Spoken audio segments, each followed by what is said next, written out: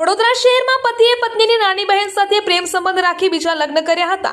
પતિએ પત્નીને શારીરિક તથા માનસિક ત્રાસ આપ્યો હતો તેમજ મિલકત પોતાના નામે કરી આપવા દબાણ કરી ધમકીઓ પણ આપી હતી। આ મામલે પરિણીતાએ પોતાની નાની બહેન તેમજ પોતાના પતિ સામે મહિલા પોલીસ સ્ટેશનમાં ફરિયાદ નોંધાવી, જેને આધારે પોલીસે વધુ તપાસ હાથ ધરી છે। સાબરકાંઠા જિલ્લામાં છેલ્લા 24 કલાકમાં સાર્વત્રિક વરસાદ નોંધાયો છે। ઈડરમાં સૌથી વધુ 2.5 ઇંચ વરસાદ નોંધાયો હતો, જ્યારે હિંમતનગરમાં 1.25 ઇંચ વરસાદ ખાબક્યો છે। આ વરસાદને કારણે જિલ્લાના જળાશયોમાં પાણીની નોંધપાત્ર આવક થઈ છે।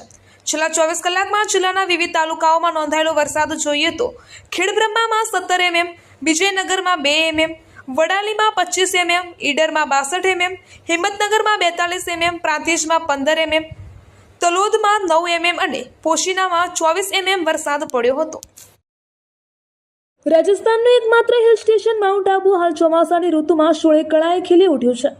ચોમાસાના આગમનની સાથે જ ચારે તરફ પથરાયેલી હરિયાળી, પહાડોને ઘેરી વળતી ધુમ્મસની સફેદ ચાદર અને સતત વરસી રહેલા ઝરમર વરસાદે સમગ્ર ગિરિમથકનું વાતાવરણ અત્યંત આહલાદક બનાવી દીધું છે।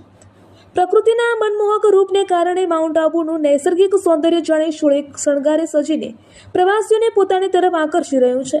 આ રમણીય અને ઠંડા વાતાવરણની મજા માણવા માટે મોટી સંખ્યામાં સહેલાણીઓ માઉન્ટ આબુ તરફ દોડી રહ્યા છે।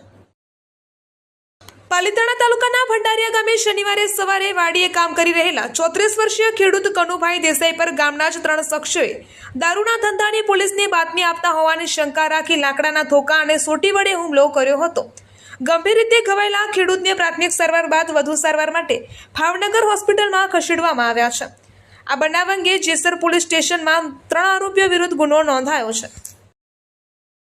લખતર તાલુકાના ભાથરિયા ગામે ડેમ તૂટ્યો છે, જેના કારણે સમગ્ર તાલુકામાં જળબંબાકાર જેવી સ્થિતિ સર્જાઈ છે। ડેમનું પાણી ભાથરિયા ગામના સીમ વિસ્તારમાં ફરી વળતા ખેતરોમાં ઉભા પાકને વ્યાપક નુકસાન થયું છે અને જમીનનું પણ ભારે ધોવાણ થયું છે। સુરેન્દ્રનગર જિલ્લામાં છેલ્લા 24 કલાકમાં ભારે વરસાદ નોંધાયો છે। લખતર તાલુકામાં ગઈકાલે અંદાજે 8 ઇંચથી વધુ વરસાદ વરસ્યો હતો, જેના પગલે અનેક ગામો સંપર્ક વિહોણા બન્યા હતા। જિલ્લાના અનેક તાલુકાઓમાં પણ નોંધપાત્ર વરસાદ પડ્યો હતો, જેમાં ધાંગધ્રામાં 176 મીમી, વઢવાણામાં 157 મીમી, મૂળી અને ચુડામાં 93 મીમી વરસાદનો સમાવેશ થાય છે। સુરેન્દ્રનગર જિલ્લાના 10 તાલુકાઓમાં અત્યાર સુધીમાં સરેરાશ 488.5 મીમી વરસાદ નોંધાયો છે। સાબરકાંઠા જિલ્લામાંથી પસાર થતા હિંમતનગર ઉદયપુર નેશનલ હાઈવે પર રવિવારે સવારે એક ગંભીર અકસ્માત સર્જાયો હતો। રાયગઢના રેલવે બ્રિજ પાસે હિંમતનગરથી રાજસ્થાન તરફ જતી એક ઇનોવા કાર પલટી જતા એક વ્યક્તિનું ઘટના સ્થળે જ કરુણ મોત નીપજ્યું હતું, જ્યારે 2 લોકોને ગંભીર ઇજાઓ પહોંચી હતી। ગામભોઈ પોલીસ સ્ટેશનના તપાસનીશ અધિકારી ભરતભાઈએ ટેલિફોનિક વાતચીતમાં જણાવ્યું હતું કે ઇનોવા કાર હિંમતનગરથી રાજસ્થાનના ઉદયપુર તરફ જઈ રહી હતી। રાયગઢ રેલવે બ્રિજ નજીક આ કાર રોડ ઉપર પલટી ગઈ હતી। આ અકસ્માત એટલો જોરદાર હતો કે આ કારમાં સવાર એક વ્યક્તિનું ઘટના સ્થળે જ કરુણ મોત નીપજ્યું હતું।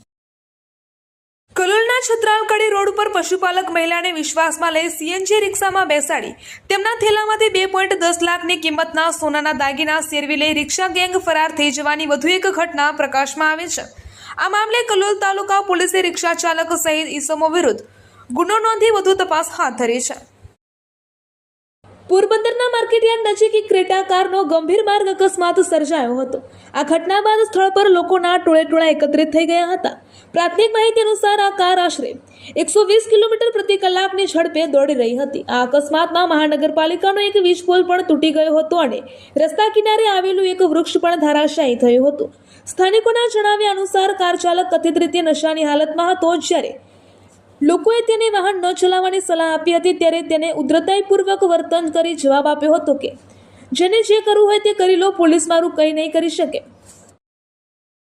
હળવદ તાલુકાના જૂના માલણિયા ગામ પાસે કંકાવટી નદીમાં વરસાદી પાણીનો પ્રવાહ વધતા 12 લોકો ફસાયા હતા। કચ્છથી આવેલી એનડીઆરએફની ટીમે 2 મહિલા સહિત 5 લોકોને સફળતાપૂર્વક બચાવ્યા હતા, જ્યારે અન્ય 7 લોકો તેમના પરિવારજનોની મદદથી જાતે જ પાણીમાંથી બહાર આવ્યા હતા।